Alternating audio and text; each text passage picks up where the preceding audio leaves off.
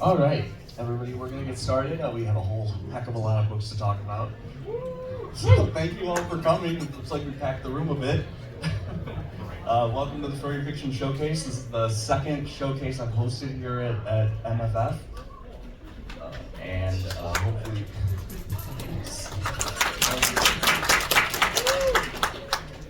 And let's get started. So we'll start this out the way we usually do. Who here would consider themselves a avid reader?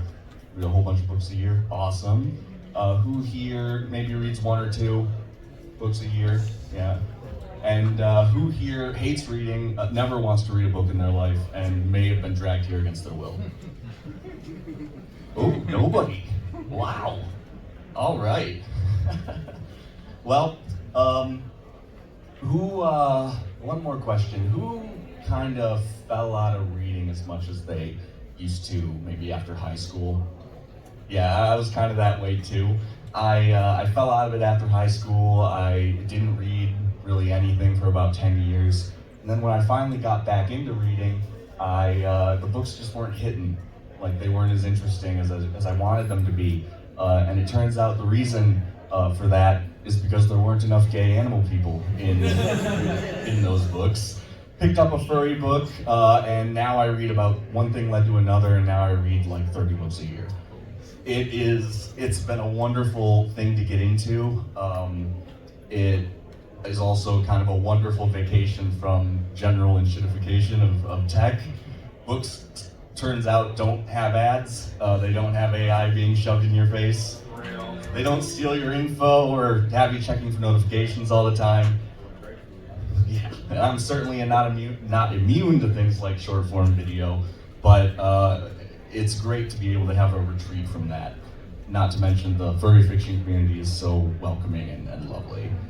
And certainly I think growing as well, judging by the amount of people in this panel. So, let's get started here. So I am Shiloh Sky. You can find me mostly on Blue Sky, where I'm very active. I also have a Fur Affinity under Skywriter, and SoFurry account if SoFurry ever comes back. They're currently down, but they should be back at some point, which is good because I really love their website for furry fiction. So as far as who I am a writer. I have a story in the Work for Hire anthology by Edwin at Work. I have and a story that just came out on The Voice of Dog called Rapture. So feel free to check that out if you would like. I am also an editor. I worked a little bit on A Chronicle of Lies briefly, and then I am the proofreader for The Nos Saga by Joaquin Baldwin, who is our guest of honor here this year. On the last two books in the series is when I was brought on. And then I'm also a dog. I'm a Labrador who reads way too many books or not enough books, depending on your point of view. So, I need to define what I'm talking about when I talk about furry fiction here. A lot of people might think I'm going to kind of talk about a book like Redwall, a book like Watership Down maybe, a book like Call of the Wild if we're kind of stretching it. But when I am talking about the books I'm talking about here today, I'm referring to books that are sort of written for furries by furries. The stuff that you might see online or that you might find being sold here at the con. So books like a really popular author like Kyle Gold, who I'm sure most people have heard of. Something maybe more self-published, like A Portrait for Tomorrow, which is if you like books that just wreck you emotionally, that's the book for you. Be sure to look that one up, it's in your flyer as well. And maybe something more like short story compilations, which are kind of a staple of furry, that let you learn about a whole bunch of different authors. So, what furry fiction is primarily about, it has certain themes that are more prevalent in it than in other genres. So the first one certainly is identity. We are a fandom of outcast nerds, and we love to explore where we belong in the world. We also have queerness, of course. We're a very queer community, so we have a heck of a lot of books about it. We have a whole bunch of representation, whether that be different body types, characters coded for different racial and ethnic groups, people with different disabilities. You can usually find yourself represented somewhere in furry fiction.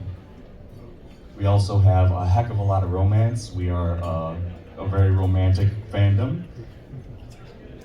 We have a lot of speculative books as well, which, if you don't know what speculative literature is, it's sort of, my definition for it is a book that asks the question, what if? So, for example, the Reclamation Project. What if the post-apocalypse happened, but it was run by furries and it was actually pretty cool?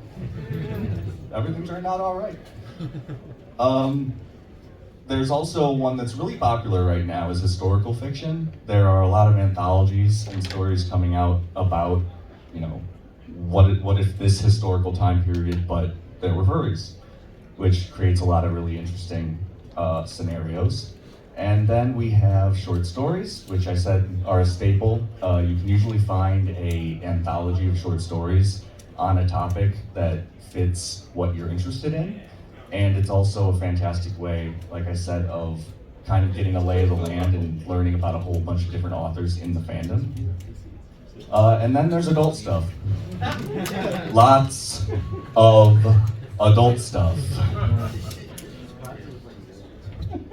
We're not talking about that in this panel today, but we'll be talking about it tonight, or this evening at 7:30 in the Hartsfield room. It's right upstairs, up the stairs behind you, where all the other writing panels are being held this year. So, and that's ages 18 up and up, ages 18 and up.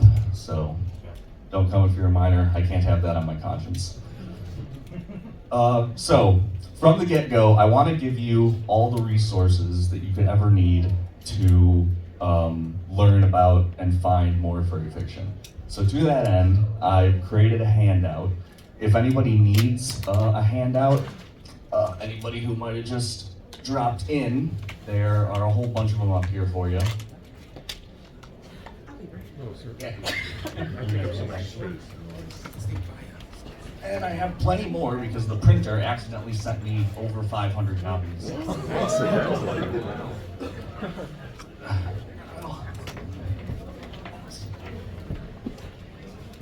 So on the front page of that flyer here, we have a bunch of websites you can go to, podcasts, like I mentioned, The Voice of Dog. If you have a long trip back from the con or something, that's a great thing to listen to.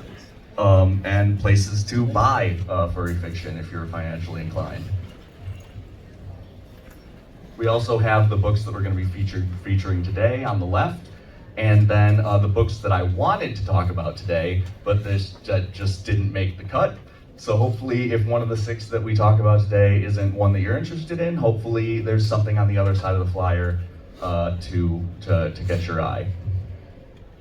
And then we have a whole bunch of online writers to check out. These people all have a whole bunch of writing online for free for you to read. And I think most of them are also published in anthologies as well. So check out those profiles. New this year, I've also set up a website for you. There is a whole bunch of resources on furry fiction for you to check out on here. There's also a helpful guide to furry fiction at Midwest FurFest this year. It has maps of the dealer's den where you can find most of the booksellers and things like that. So, I also post up a whole lot of book reviews. I have a little personal award show that I do at the end of every year as well. So keep an eye out for that. And like I said, there is a dealer's den map on there as well. That you can check out if you want to do a little tour of furry fiction in the dealer's den, or if you need to find any of the books that we're talking about today. So, without further ado, it is time for books, and it is time for giveaways.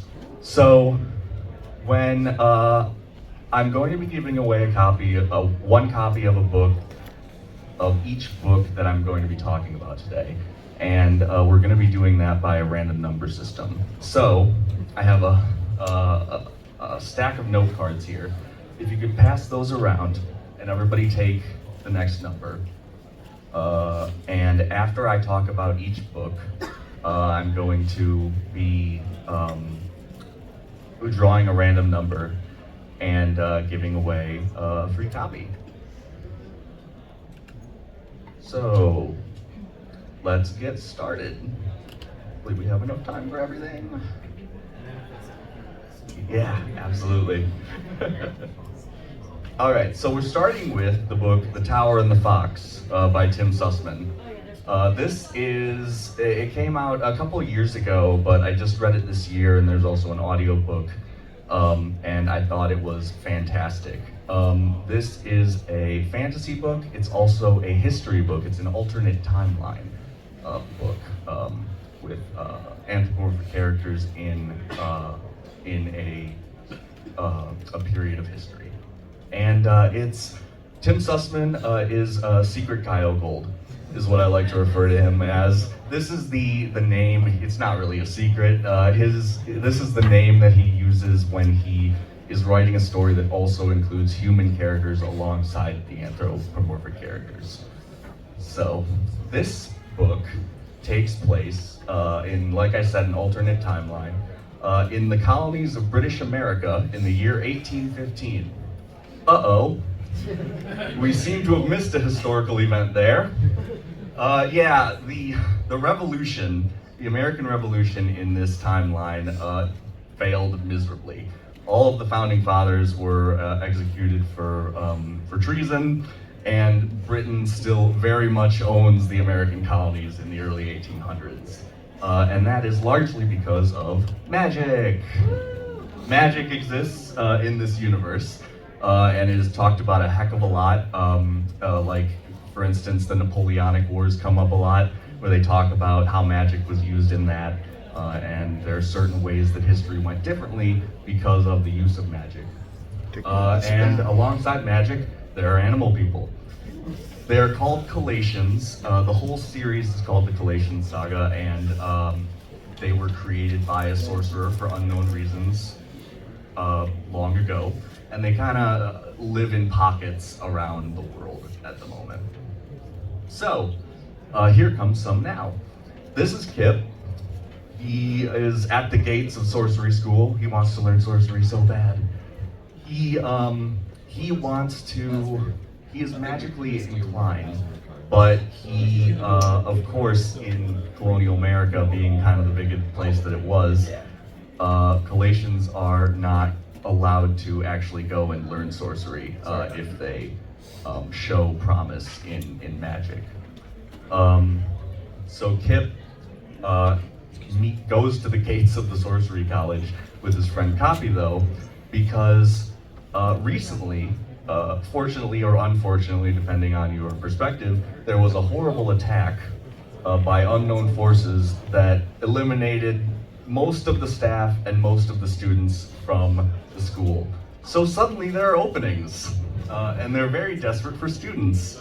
So they're going to, they, along with a girl named Emily, who shows up while they're trying to get in, are going to try and take advantage of that opportunity to get some minority representation in this school. So the book is about them dealing with getting into this College of Sorcery and trying to overcome all of those barriers that were being set up for them.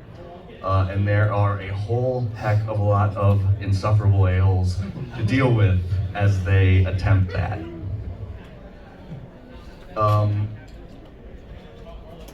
So, what is in these books? What's stuff that a person might be interested in this book? Well, first of all, there's a type-based magic system. The magic system in this isn't just like fire, water, things like that, though. It's also things like spiritual sorcerers. Spiritual sorcerers are ones who can kind of mess with your head. And there's also transpositional, can't remember which one it is. People who can teleport vast distances and aren't particularly limited by that either. So this is a world where people can just teleport across the ocean at will, which makes for a very interesting 18th century, if you can imagine. There's also demon summoning. which I typically don't see a lot in stories like this, so I'm kind of impressed that Tim Sussman went there. And you better bet the church is a little bit upset about that in this time period.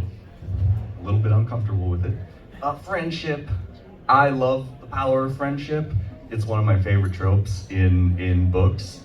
And so it's good to have the power of friendship operating in this story. There's also, of course, overcoming prejudice, as I said.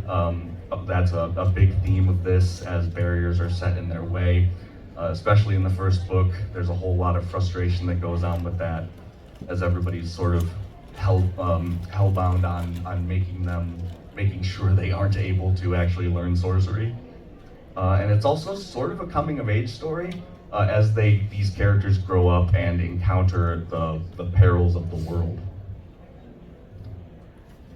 So, things I particularly loved about this is the scenario, of course. I did not know that this was an alternate history, like alternate fantasy history story when I picked it up. I opened it and immediately there was a letter from John Quincy Adams talking about magical animal people, and I was hooked immediately. So I absolutely loved that. There's also the characters of this are very, very memorable, I think. So they're definitely characters that you end up remembering and treasuring. The not being Harry Potter. It does a lot to distinguish itself from that series, and I very much appreciated that. There's also a lot of historical speculation about things that would have gone differently if magic had been around. Like I said, there's the Napoleon Wars that they talk about a lot, and how they would just summon demons to attack each other. And you, of course, eventually are able to see how magic functions in combat, which is really awesome. And this is one that also just gets so much better as it goes. It just keeps ramping up the stakes and the action, and it just keeps getting more interesting, which I absolutely loved. So, this is one that you can also get at the Fur Planet Dealer's Den table today. I believe they are all the way at the back of the Dealer's Den. They have a very big booth, so they're kind of hard to miss as well. So, looks like we have all the note cards handed out. And we will give this one away. All right, so the next one is a very new, or relatively new story. It's technically a revision of a previous book. It's called the Alancia Chronicles. I love the cover art. Yeah, there we go. We got somebody. This, again, one of my favorite books of the year. It is an absolute trip, and it is a fantasy adventure that was released by Transcendent Fiction Publishing. TF Publishing is a new venture by J.F.R. Coates, who is an active writer in the community. And it features a lot of trans and non-binary and female authors, which is wonderful to have that representation more in the fandom. So, the kind of elevator pitch that I give for this story when I want to get people hooked into it is extremely apathetic transgender pirate stumbles into a holy war. If that doesn't get your attention, I don't know what will. This is a story about verse, and verse is sort of lives a double life in that verse presents as a male character in reality, and in his dreams she is a beautiful vixen who has very, very lucid dreams, experiences different people she believes are not real, that she's made up in her head, and in the real world she is apathetic and frustrated and kind of mean, and it's very morally gray, and in her dreams she is very, she kind of wears her heart on her sleeve. And that very much is reflective of the queer experience, when you're not able to live the life that you want to live in real life, it can get very frustrating. And so I love that the character is sort of reflective of that experience. And the world that she's living in is very interesting as well. It's a world where oceans can die. That's how they refer to it, where the ocean just kind of stops working. And I just that's a bit of world building that drew me into it right away. And the story kind of starts where where Verse and her friend Zan are pirates, and so they're on the high seas there when the ocean just suddenly dies.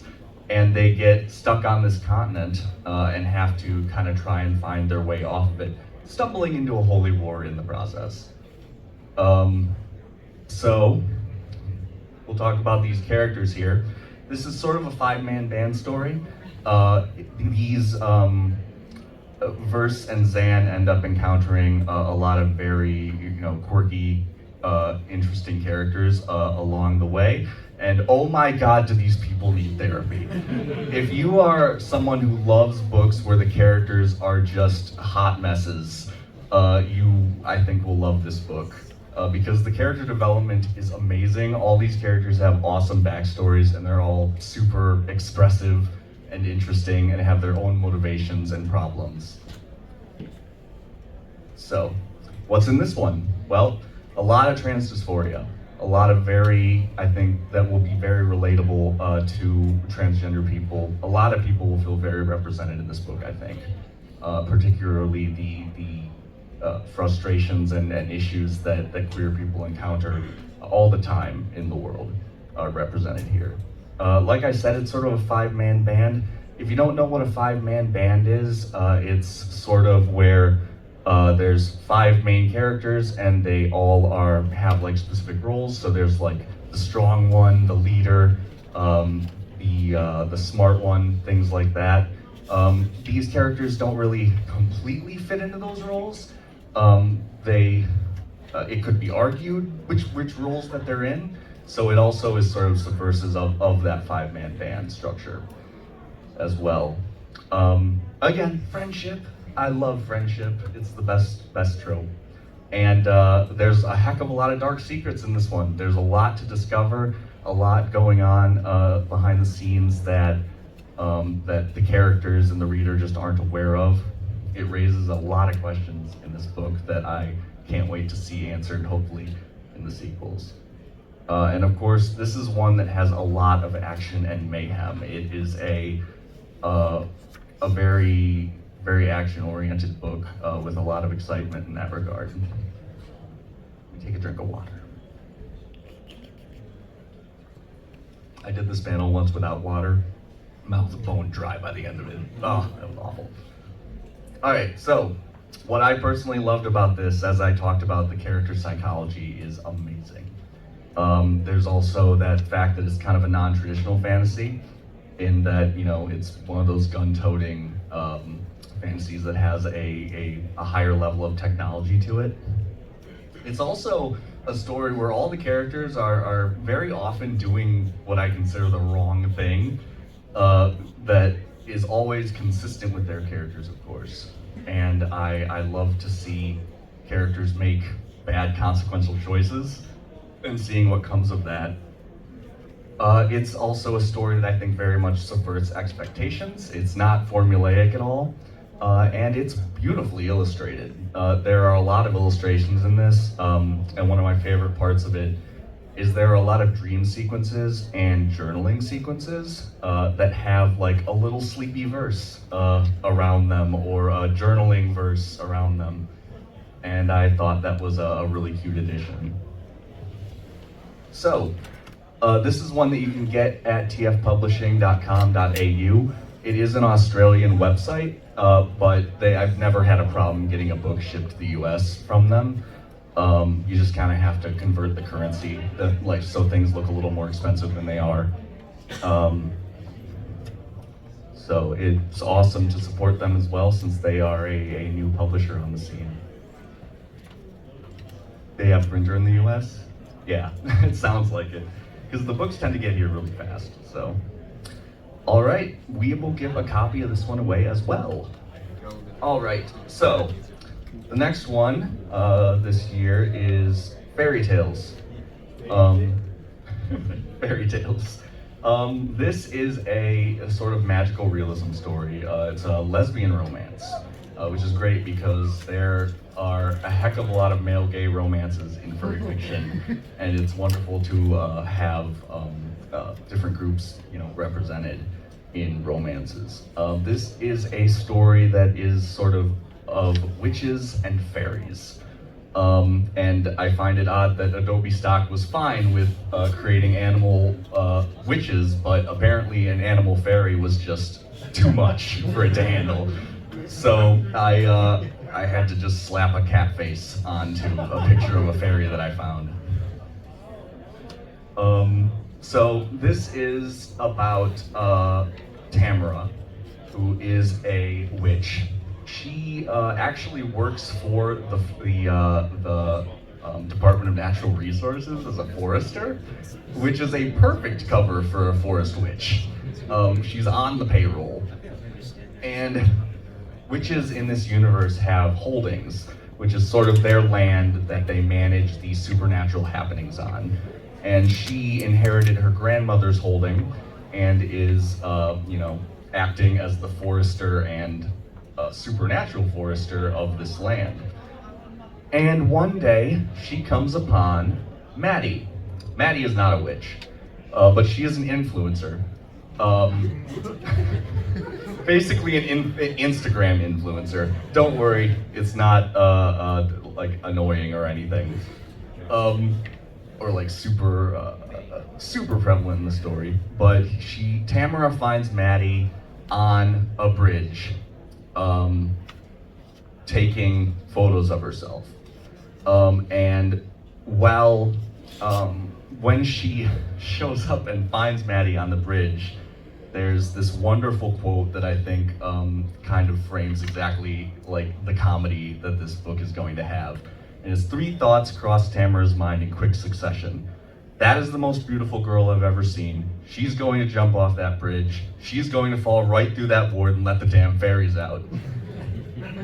And that is exactly what happens.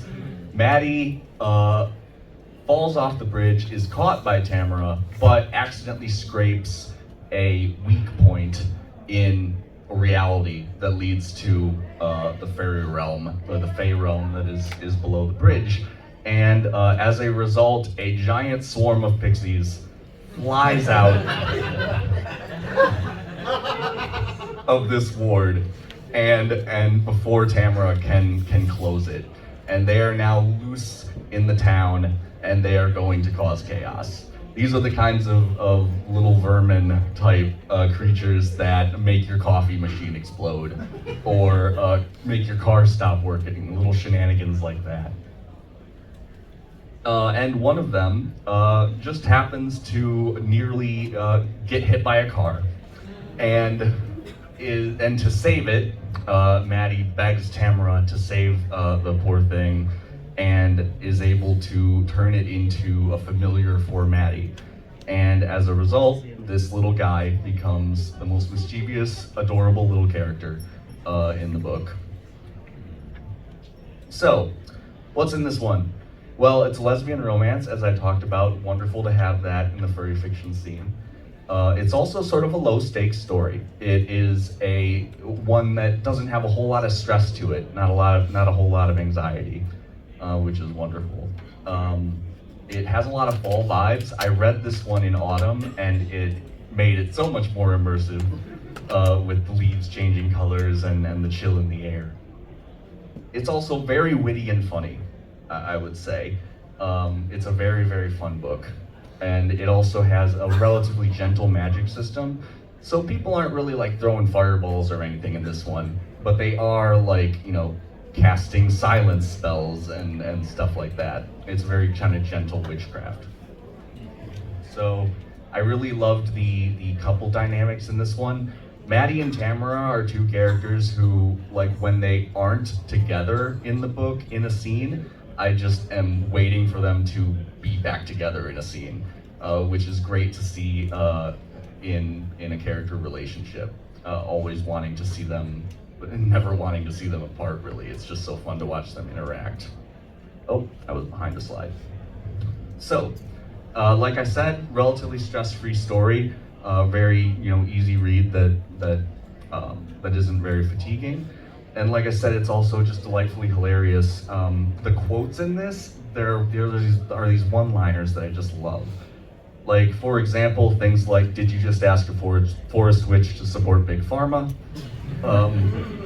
And Robin is like really good at describing people falling down in hilarious ways. So when an otter falls down, he fell as only someone with the body shape of an upright noodle could.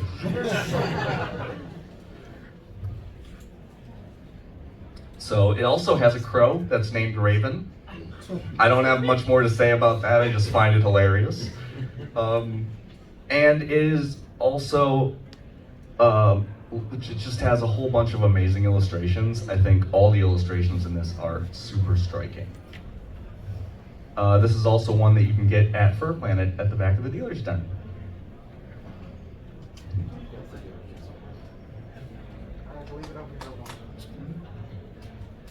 So, we will give this one away as well. So the next book is White Rock. This is a adventure book. It's also a speculative fiction book. It asks sort of the question, what if when humans died out, the world was taken over by intelligent avians and they built a society, and what that would entail. It's written by Hal Adas. Hal Adas is a artist and a bird surgeon. So he kind of knows what he's talking about when it comes to avian anatomy and the way birds work. And he has a table in the dealer's den as well where he sells a whole bunch of awesome art. This is a world where it's all gone to the birds. And all different kinds of birds too. Like, there isn't just one species. Pretty much all birds are intelligent in this universe. It stars a barn owl named Sasha, who, because of the Guardians of Ga'Hoole movie, I have to imagine him being voiced by Elijah Wood. Sasha and Pepro, who is a bald eagle, work as blacksmiths for a blacksmith raven, who's kind of a standout character, and they are gay as hell. We got gay birds, and like I said, they work for Core, who's this awesome raven character, and they're also in this book accompanied by a hawk named Nyx. In the story, they are sent to this city called White Rock because a king comes along and on very, very short notice wants them to make a pair of bonding rings for him and his mate. And I love the fact that the entire story about birds is set up by shiny things. It's just so fitting. So they end up going to the city of White Rock, and you get to see all of this, the way that this avian society is set up, which is super interesting. And you also get to deal with a really interesting story about a sort of a conspiracy that's happening within White Rock and within the bird world. Conspiracy. So what's in this one? Gay birds. Appreciate that. It's of course a post-human story, so you're not gonna see any of those pesky humans in this one. It's got a lot of mystery and intrigue to it that I thought was really well done. A lot of bird science, because Hal Adas, like I said, is a bird surgeon and knows a heck of a lot about them. And a lot of avian world building. And there's actually a panel at 6 p.m. that goes into how he created this world. So it's a very unique flavor of world building. I can't wait to see that. So what I loved about it, like I said, the world building is very informed by this guy who really knows what he's talking about. It's also not afraid to get weird. Birds are weird. They can be very dirty. They can be very, very turned on in springtime, exactly, especially when the story takes place. There's just a lot of very weird aspects of bird society that were also, just equally interesting. There are not safe for work and safe for work versions of the book. But, so there are, but they're still, hanging out in a lot of brothels in the safe for work version, so be aware of that. The one I'm handing out is the general audiences one, so it's not the adult version. It has wonderful characters in it that I think are some of the best that Adis has made so far. And it also, for instance, has Brant. Brant is my favorite character in the book. He is a enforcer seagull who gets a lot of crap for being an enforcer seagull. And every chapter he's in that focuses on him has like a noir feel to it. And I loved it so much. It's also beautifully illustrated. There's a lot of illustrations in this one, including anatomical diagrams so you're gonna learn some stuff while you're reading this book too, which is always appreciated. So this is one that you can get at the dealer's den as well. Adis has a table where he's selling this book, and I think most of the art from it as well, which is fantastic. I need to pick up this one of core blacksmithing. So we'll give this one away. All right, gotta go fast. Tales of Scales. So, Tales of Scales is a fantasy story collection, and all the stories are by this guy named Nenakiri Bookworm, who is a wonderful author and writer, and also has read way more books than I have. He's been reading and reviewing books for a long time in the fandom, and if you didn't guess what this story collection is about, it's about dragons. It's all dragon books, so fans of dragons are gonna love this one. And when I talk about the kind of creativity in these stories, it's super creative story concepts. Like a cyborg dragon building a spaceship to find his lost friend. We're talking about that kind of creativity. Things like an adventurer falling in love with the dragon he's sent to slay. And a group of kobolds forming a workers' union. Which is kind of more of a novella-length story in the anthology, and it's definitely one of the most entertaining ones in there. So, what's in it? Magic everywhere. This is a very magical book. It has also multiple genres of stories. Some are comedic, some are thrilling, some are a little bit scary and spooky. It has all types of dragons, so eastern dragons, elemental dragons, normal typical dragons, and anthro dragons, and kobolds. It is a very whimsical book as well. There's a heck of a lot of whimsy to it. And it's good for young audiences, which is always great to see in the furry fandom, since there is a lot of adult stuff, and it's good to have a book to refer to people who are looking for something for like their kids to read. So, but I'd say it's also great for adult audiences as well, of course. So, what I loved about this was that beautiful creativity that it has, that I talked about. It has plenty of variety in that creativity as well. Different stories have different tones to them, and different levels of magic that they go to. It has a very easygoing writing style, so it's not very fatiguing to read at all. It's 9 stories and 1 novella, basically. So you have a good number to choose from, and it also doesn't drag on. Yeah, it's relative. It's a good sized book. It doesn't go on for too long. It's a relatively quick read. So this is one that you can get at the Fenris Dealer's Den table as well here today.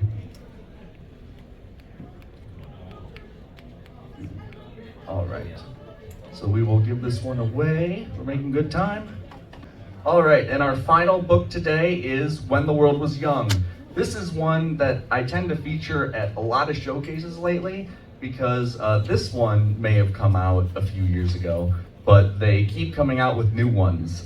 This is a anthology series that talks about history, but if it was, of course, full of furries instead of humans.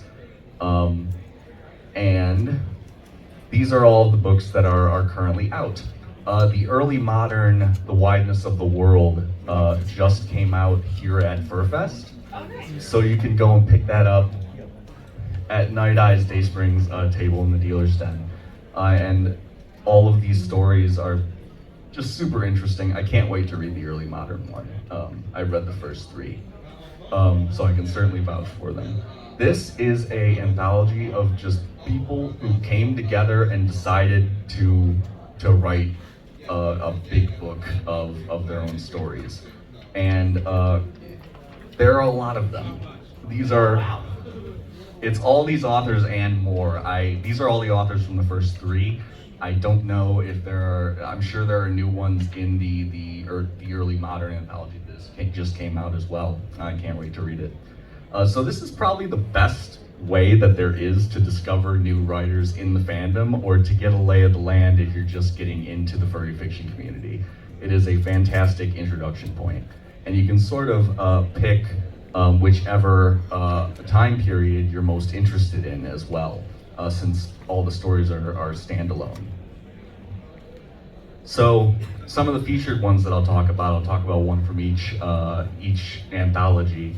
Let Him That Speaketh Fate to Men Have No Fate of His Own, which is a Rob McWolf title if I've ever heard one. Rob McWolf is a amazing writer. He's one of my favorite writers in the fandom, and he always has these amazing titles to his stories. And this story in particular is about, it's in the first prehistoric anthology that's about an oracle on an island who a person comes to the island who he falls in love with, but whose fate is sort of elsewhere in the world. And he sort of has to decide whether he's going to tell this guy about that fate and have him leave him. It's such a heart-aching, beautifully written story. Probably one of my favorites that I've read in the fandom, which this series actually includes a few of those, including the next one, which is Tomes Entombed Within Me. This is in the second Antiquity anthology, and it is about a person with a photographic memory who is a librarian at the Library of Alexandria after it burned down. So he has all of the books in his head, and as a result, he has to try and just furiously write down and reproduce all of these books after the library burns. And it is kind of a surprisingly harrowing story, and just has some themes about, letting things die, essentially, at personal cost, that I really thought was amazing. And then in the medieval anthology, by Heaven Will Weigh the Heart of Stone by Pascal Farfel. It is a story about a character who is gay, who has fallen in love basically with a swordsman, and decides that he's going to go and duel him and kill him in a duel because he kind of doesn't know any other way to insist that he isn't gay and is a man. It has one of my favorite lines in the story, and it was, "I was just given the blade and told to manifest manhood." It's a very sweet story, actually. I really love it. Pascal is great at depicting that sort of gay struggle.